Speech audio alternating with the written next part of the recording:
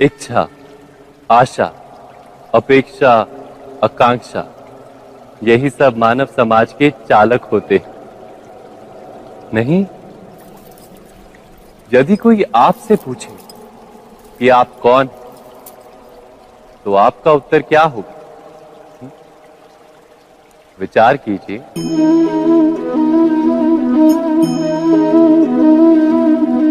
आप तुरंत ही ये जान पाएंगे कि आपकी इच्छाएं ही आपके जीवन की व्याख्या है।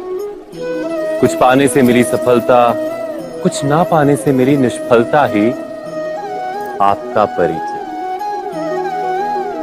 अधिकतर लोग ऐसे जीते हैं कि स्वयं भीतर से मरते रहते हैं, किंतु अपनी इच्छाओं को नहीं मार पाते। इच्छाएं उन्हें दौड़ाती हैं जिस प्रकार मृग तृष्णा मृग को दौड़ाती।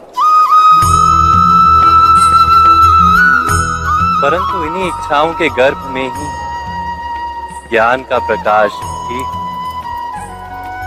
कैसे? जब इच्छाएं अपूर्ण रहती और टूटती, तब वहीं से ज्ञान की किरण प्रवेश करती है मनुष्य के हृदय। ना, ये कथा नहीं है केवल इच्छाओं के संघर्ष की, नहीं है केवल महत्वाकांक्षाओं से जन्म लेने वाले भयावह रक्तपात। ये कथा है इच्छाओं के गर्भ से उदित होते हुए ज्ञान की।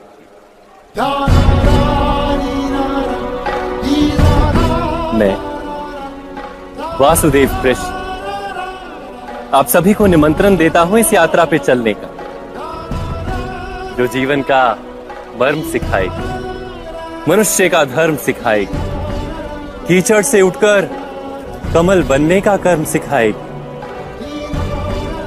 और इस यात्रा का नाम है महाभारत।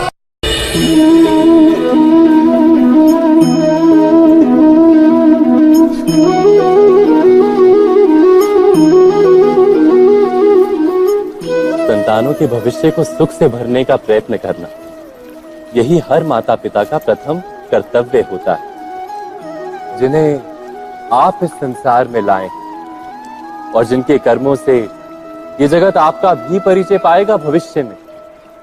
उनके भविष्य के सुख की योजना करने से अधिक महत्व और हो भी क्या सकता है। किंतु सुख और सुरक्षा, क्या ये मनुष्य के कर्म? जो माता पिता अपने संतानों के भविष्य की चिंता करते हैं, उनकी संतानों को कोई लाभ नहीं होता। किंतु जो माता पिता अपने संतानों के भविष्य की नहीं, उनके चरित्र का निर्माण करते हैं, उन संतानों की प्रशस्ति समस्त संसार करता है। स्वयं विचार कीजिए।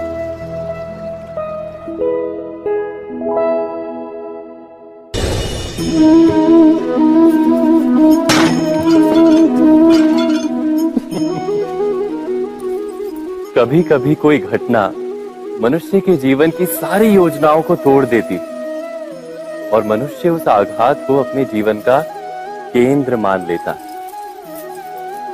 पर क्या भविष्य मनुष्य की योजनाओं के आधार पर निर्मित होते हैं?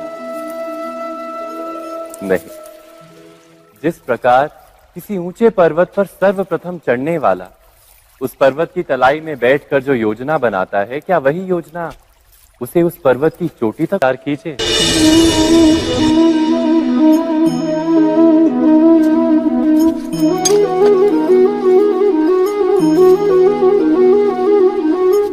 भविष्य का दूसरा नाम है संघर्ष। हृदय में आज इच्छा होती है और यदि पूर्ण नहीं हो पाती तो हृदय भविष्य की योजना बनाता है। भविष्य में इच्छा पूर्ण होगी ऐसी कल्पना करता रहता है, किंतु जीवन ना तो भविष्य में है ना अतीत में।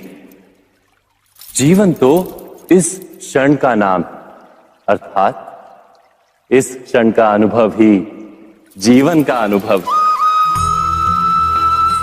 पर हम ये जानते हुए भी इतना सा सत्य समझ नहीं पाते। या तो हम बीते हुए समय के स्मरणों को घेर कर बैठे रहते हैं, या फिर आने वाले समय के लिए हम योजनाएं बनाते रहते हैं। और जीवन जीवन बीत जाता है। एक सत्य यदि हम हृदय में उतार लें कि ना हम भविष्य देख सकते हैं, ना ही भविष्य निर्मित कर सकते हैं, हम तो केवल धैर्य और साहस के साथ भविष्य को आलिंगन दे सकते हैं, स्वागत कर सकते हैं भविष्य का। तो क्या जीवन का हर पल जीवन से नहीं भर जाएगा? स्वयं विचार कीजिए। पूर्वजों की इच्छा, आशा, महत्वाकांक्षा, क्रोध, बैर, प्रतिशोध, यही सब आने वाली पीढ़ी की धरोहर बनते हैं। माता पिता अपनी संतानों को देना तो चाहते हैं समस्त विश्व का सुख, पर देते हैं अपनी पीड़ाओं की संपत्ति।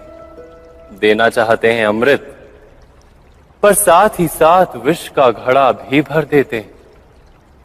आप विचार कीजिए, आपने अपनी संतानों को क्या दिया आज तक? अवश्य प्रेम, ज्ञान, संपत्ति आदि दिए, पर क्या साथ ही साथ उनके मन को मैल से भर देने वाले पूर्व ग्रह नहीं दिए? अच्छे बुरे की पूर्व निर्धारित व्याख्याएं नहीं दी? व्यक्ति का व्यक्ति के साथ, समाजों का समाजों के साथ, राष्ट्र का राष्ट्र के साथ संघर्ष क्या इन्हीं पूर्व ग्रहों से निर्मित नहीं होते? हत्या, मृत्यु, रक्तपात क्या इन्हीं पूर्व ग्रहों से नहीं जन्मते? अर्थात माता पिता अपनी संतानों को जन्म के साथ मृत्यु का दान भी देते हैं। प्रेम के प्रकाश के साथ साथ घृणा का अंधकार भी देते हैं, और अंधकार मन का, हृदय का हो या वास्तविक हो, उससे केवल भय प्राप्त होता है, केवल भय। स्वयं विचार कीजिए।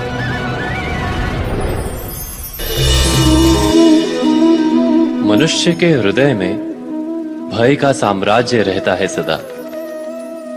कभी संपत्ति के नाश का भय, कभी अपमान का भय, कभी अपनों से छूट जाने का भय। इसीलिए भय का होना सबको स्वाभाविक ही लगता है। क्या कभी विचार किया है, जो स्थिति अथवा वस्तु भय को जन्म देती है, क्या वहीं से वास्तव में दुख आता है? नहीं, ऐसा तो कोई नियम नहीं। और सबका अनुभव तो ये बताता है कि भय धारण करने से भविष्य के दुख का निवारण नहीं होता। भय केवल आने वाले दुख की कल्पना मात्र ही है, वास्तविकता से इसका कोई संबंध नहीं है। तो क्या ये जानते हुए भी कि भय कुछ और नहीं, केवल कल्पना मात्र ही है, इससे मुक्त होकर निर्भय बन पाना क्या बहुत कठिन है? अवश्य विचार कीजिएगा।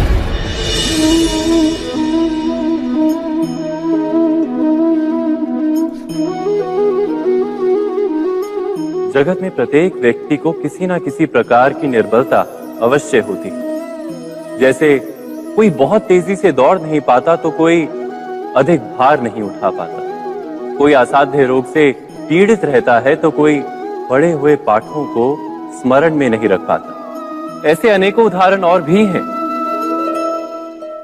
क्या आप किसी ऐसे व्यक्ति को जानते हैं जिसे सब कुछ प्राप्त हो और हम जीवन की उस एक निर्बलता को जीवन का केंद्र मानकर जीते हैं? इस कारणवश हृदय में दुख और असंतोष रहता है सदा। निर्बलता मनुष्य को जन्म से अथवा संजोग से प्राप्त होती, किंतु उस निर्बलता को मनुष्य का मन अपनी मर्यादा बना लेता है। किंतु कुछ व्यक्ति ऐसे भी होते हैं जो अपने पुरुषार्थ और श्रम से उस निर्बलता को पराजित कर देते हैं। क्या भेद है उनमें और अन्य लोगों में? या आपने कभी विचार किया है? सरल सा उत्तर है इसका। जो व्यक्ति निर्बलता से पराजित नहीं होता, जो पुरुषार्थ करने का साहस रखता है हृदय में, वो निर्बलता को पार कर जाता है। अर्थात निर्बलता अवश्य ईश्वर देता है, किंतु मर्यादा मनुष्य का मन ही निर्मित करता है। स्वयं विचार कीजिए।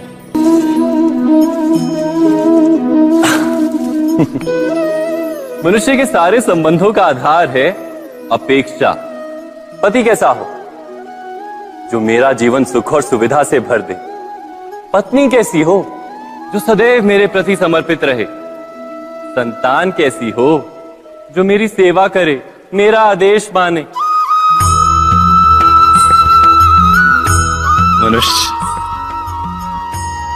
मनुष्य उसी को प्रेम भी कर पाता है जो उसकी अपेक्षा पूर्ण करता है। और अपेक्षा की तो नियति है भंग होना। कैसे? क्योंकि अपेक्षा मनुष्य के मस्तिष्क में जन्म लेती है। कोई अन्य व्यक्ति उसकी अपेक्षाओं के बारे में जान ही नहीं पाता। पूर्ण करने की प्रामाणिक इच्छा हो तब भी कोई मनुष्य किसी की अपेक्षाओं को पूर्ण नहीं कर पाता। और वहां से जन्म लेता है संघर्ष। सारे संबंध संघर्ष में परिवर्तित हो जाते।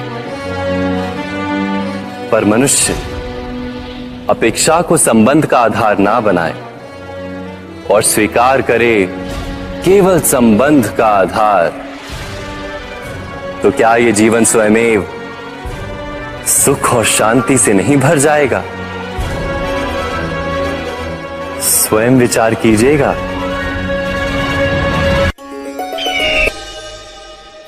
तो किसी घटना में अन्याय का अनुभव होता है तो वो घटना उसके अंतर को झकझोर देती।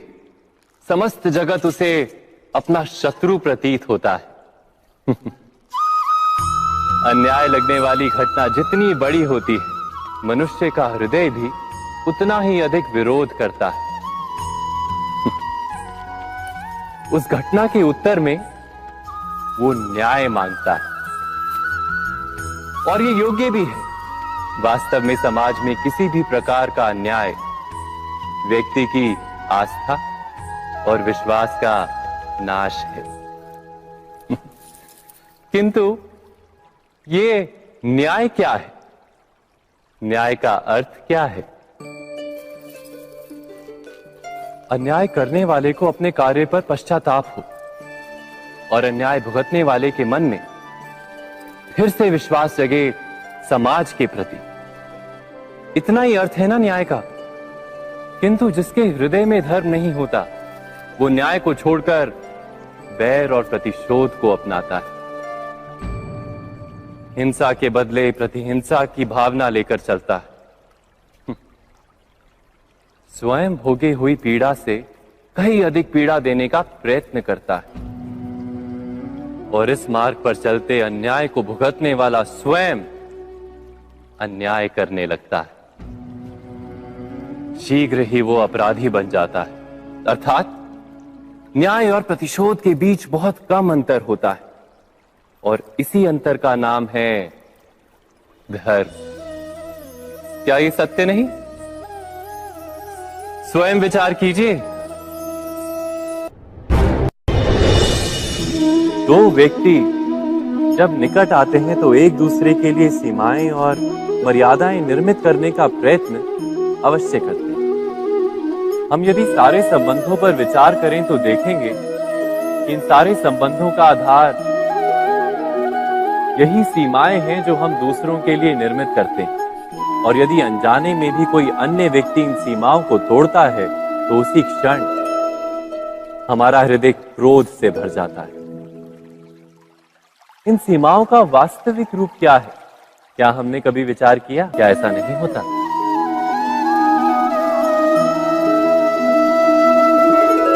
पर यदि एक दूसरे की स्वतंत्रता का सम्मान किया जाए तो किसी मर्यादाओं या सीमाओं की आवश्यकता ही नहीं होती। अर्थात जिस प्रकार स्वीकार किसी संबंध का देह है, क्या वैसे ही स्वतंत्रता किसी संबंध की आत्मा नहीं? स्वयं विचार कीजिए। हम भूल ही जाते हैं। कौन से प्रश्न? प्रथम प्रश्न, क्या समय के साथ प्रत्येक मार्ग बदल नहीं जाते? क्या समय सदा ही नई चुनौतियों को लेकर नहीं आता? तो फिर बीते हुए समय के अनुभव नई पीढ़ी को किस प्रकार लाभ दे सकते हैं? दूसरा प्रश्न, क्या प्रत्येक संतान अपने माता पिता की छवि होता है? हाँ, संतानों को संस्कार तो अवश्य माता पिता देते हैं, किंतु भीतर की क्षमता तो ईश्वर देते हैं। तो जिस मार्ग पर पिता को सफलता मिली है, विश्वास है कि उसी मार्ग पर उसकी संतानों को भी सफलता और सुख प्राप्त होगा। तीसरा प्रश्न, क्या जीवन के संघर्ष और चुनौतियां लाभकारी नहीं होती? क्या प्रत्येक नया प्रश्न एक नए उत्तर का द्वार नहीं खोलता? तो फिर संतानों को नए नए प्रश्नों, संघर्षों और चुनौतियों से दूर रखना, ये उनके लिए लाभ करना कहलाएगा या हानि पहुंचाना? अर्थात जिस प्रकार संतान के भविष्य का निर्माण करने के बदले उसके चरित्र का निर्माण करना श्रेष्ठ है, वैसे संतानों के जीवन का मार्ग निश्चित करने के बदले उन्हें नए संघर्षों के साथ जूझने के लिए मनोबल व ज्ञान देना अधिक लाभदायक नहीं होगा? स्वयं विचार कीजिए। सबके जीवन में ऐसा प्रसंग अवश्य आता है कि सत्य कहने का निश्चय होता है हृदय में, किंतु मुख से सत्य निकल नहीं पाता। कोई भय मन को घेर लेता है। किसी घटना अथवा प्रसंग के बारे में बात करना या फिर स्वयं से कोई भूल हो जाए उसके बारे में कुछ बोलना, क्या ये सत्य है? नहीं, ये तो केवल तथ्य है।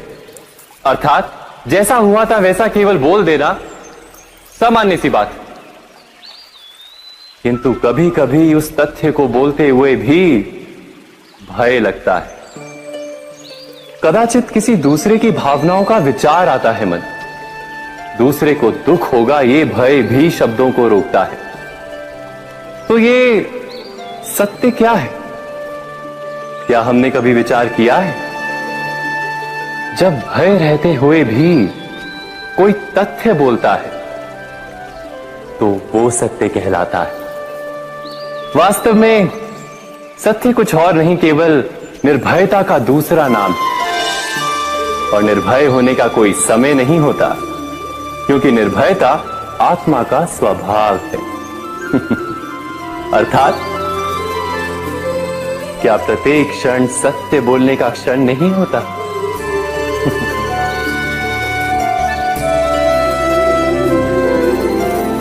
स्वयं विचार कीजिए। जब भी किसी की आशा और इच्छा भंग होती है तो उसका हृदय क्रोध से भर जाता है। जिस व्यक्ति को वो अपना अपराधी समझता है उसे दंड देने का प्रयत्न करता है। पर क्या हमारी इच्छा या आशा का भंग होना क्या सदा ही किसी का अपराध होता है? इच्छाओं के अपूर्ण रहने के तो कई कारण हो सकते हैं। कुछ तो संजोग के कारण अधूरी रह जाती हैं और कुछ नियति के कारण। और कभी कभी इच्छाओं का स्वरूप ही ऐसा होता है कि वो पूर्ण नहीं हो पाती। बिना परिस्थिति पर विचार किए किसी को अपराधी मान लेना न्याय नहीं, प्रतिशोध है। न्याय का आधार तो दया है, करुणा है, और प्रतिशोध का आधार क्रोध, अहंकार। अर्थात हृदय में करुणा धारण किए बिना किसी के अपराध के विषय में विचार करना, किसी को दंड देना, क्या अपने आप में ही अन्याय नहीं? स्वयं विचार कीजिए।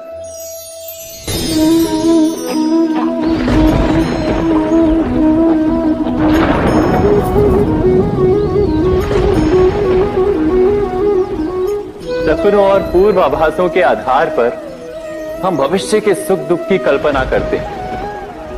भविष्य के दुख का कारण दूर करने के लिए हम आज योजना बनाते हैं, किंतु कल के संकट को आज निर्मूल करने से हमें लाभ मिलता है या हानि पहुंचती है, ये प्रश्न हम कभी नहीं करते।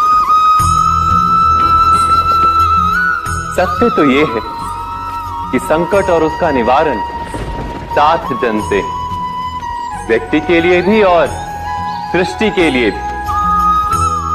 नहीं, आप अपने भूतकाल का स्मरण कीजिए, इतिहास को देखिए, आप तुरंत ही ये जान पाएंगे कि जब जब संकट आता है तब तब उसका निवारण करने वाली शक्ति भी जन्म लेती है।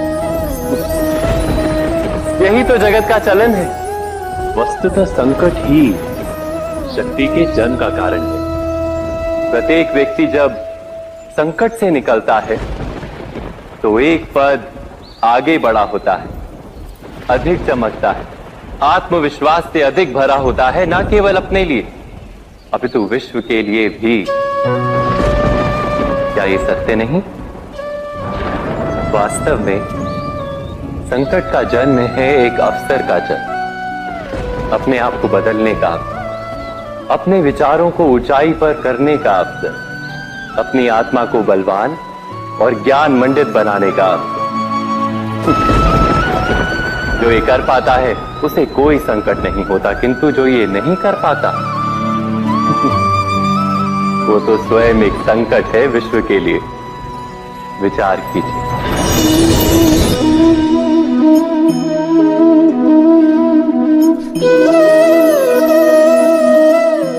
परंपरा में धर्म बसता है और परंपराएं ही धर्म को संभालने का कार्य करती हैं, ये सत्य है। पर क्या केवल परंपरा ही धर्म है? विचार कीजिए। सत्य तो यह है कि जिस प्रकार पाषाण में शिल्प होता है, उसी प्रकार परंपरा में धर्म होता है।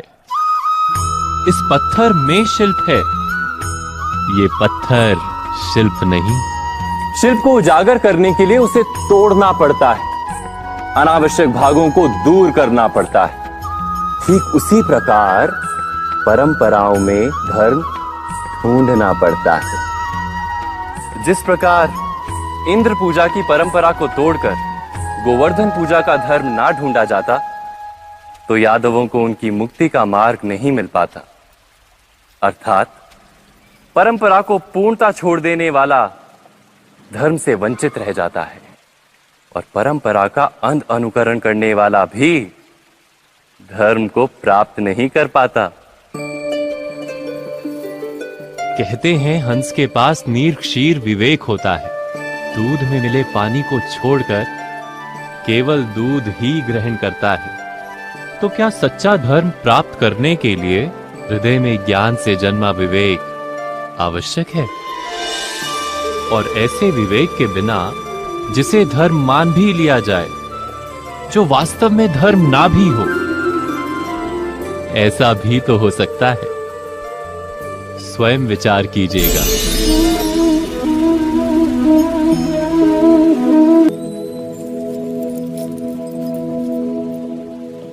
भविष्य के आधार पर सब आज का निर्णय लेना चाहते हैं। भविष्य में सुख मिले, भविष्य सुरक्षित हो, ऐसे निर्णय आज लेने का प्रयत्न रहता है सबका। आप अपने जीवन को देखिए, क्या आपके अधिकतर निर्णय के पीछे भविष्य का विचार नहीं होता? और हो भी क्यों ना, अपने जीवन को सरल और सुखमय बनाने का प्रयत्न करने का अधिकार सबका है। पर भविष्य तो कोई नहीं जानता, केवल कल्पना ही की जा सकती है। तो जीवन के सारे महत्वपूर्ण निर्णय कल्पनाओं के आधार पर ही करते हैं हम। क्या निर्णय करने का कोई तीसरा मार्ग हो सकता है? विचार कीजिए। सारे सुखों का आधार धर्म है और वो धर्म मनुष्य के हृदय में बसता है। तो प्रत्येक निर्णय से पूर्व स्वयं अपने हृदय से ये प्रश्न अवश्य पूछ लेना कि ये निर्णय स्वार्थ से जन्मा है या धर्म से। क्या इतना पर्याप्त नहीं? भविष्य के बदले धर्म का विचार करने से क्या भविष्य अधिक सुखपूर्ण नहीं होगा? स्वयं विचार कीजिए। व्यक्ति को जब उसके अपराध का दंड मिलता है, तब कभी कभी उस न्याय को देखकर मन कचोटता है। प्रश्न उठता है हृदय में कि जब वो अपराध हुआ था, तब व्यक्ति भिन्न था। उसके पश्चात उसने इतने पश्चाताप किए, स्वयं में इतना परिवर्तन किया, फिर उसे दंड क्यों मिले? पर जहां आघात होता है, वहां प्रत्याघात भी होता है। जैसा कर्म वैसा फल। यदि किसी को प्रेम दोगे तो सुख प्राप्त होगा, यदि किसी की हत्या करोगे तो मृत्यु दंड मिलेगा। जैसा कार्य वैसा ही न्याय। तो फिर प्रायश्चित और पश्चाताप का कोई मूल्य नहीं है? अवश्य है मूल्य। प्रायश्चित और पश्चाताप मनुष्य की आत्मा को बलवान करता है। आने वाले दंड को स्वीकार करने के लिए मनुष्य को तैयार करता है। अर्थात बिना प्रायश्चित के दंड स्वीकार करने का कोई मूल्य है? स्वयं विचार कीजिए।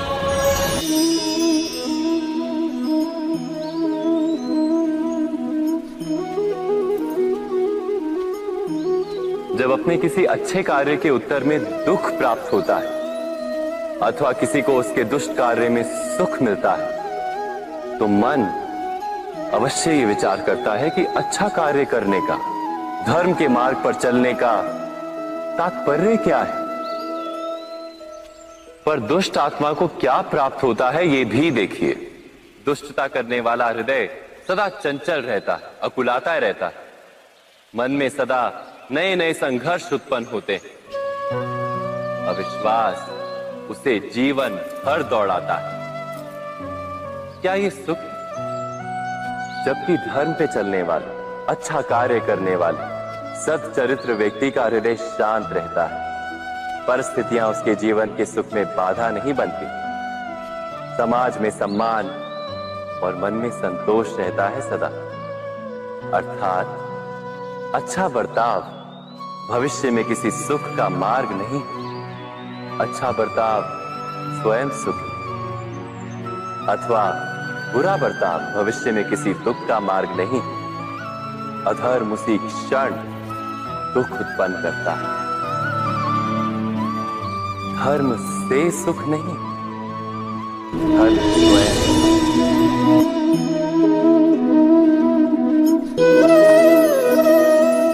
सत्ता की लालसा सबके हृदय को घेरे रहती है। प्रत्येक व्यक्ति अपना एक राष्ट्र निर्मित करने का प्रयत्न अवश्य करता है। फिर वो राष्ट्र कुरु राष्ट्र की भांति बहुत बड़ा हो या फिर अपने परिवार तक सीमित हो, वो सत्ता प्राप्त करने का प्रयास किंतु क्या वास्तविक प्रभाव प्रेम, दया, करुणा और धर्म से निर्मित नहीं होता? जब भी मनुष्य कठोरता और अधर्म से सत्ता प्राप्त करने का प्रयत्न करता है, तब वो दूसरों के हृदय में विरोध अथवा विद्रोह को जन्म देता है। और परिणाम कुछ इस प्रकार। हां, कुछ समय के लिए वो स्वयं को प्रभावी और शक्तिशाली अवश्य पाता है, किंतु वो वास्तविक सत्ता नहीं। यही कारण है कि भृगु और वशिष्ठ जैसे ऋषियों की आज भी पूजा की जाती है, रावण और हिरण्यकश्यप की नहीं। इस पर तो आप विचार अवश्य करें। सत्य कहा ना?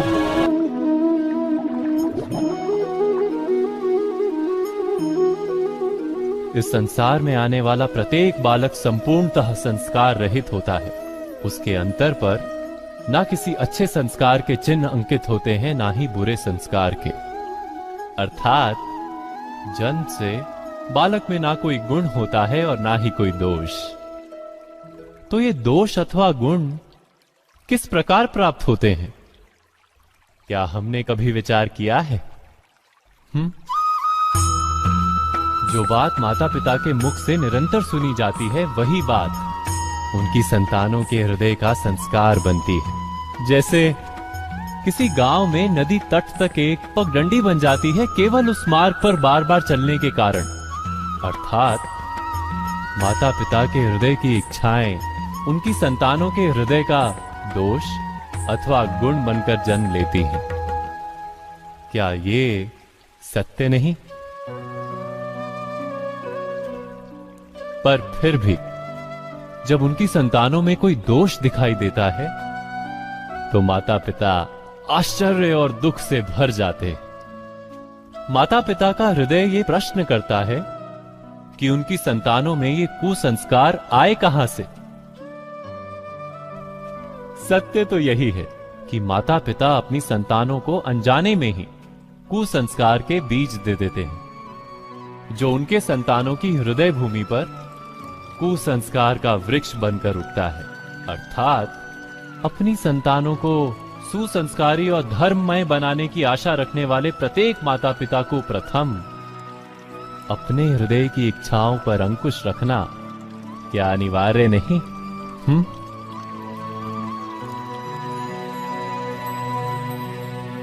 प्रत्येक माता पिता इस पर विचार अवश्य कीजिएगा।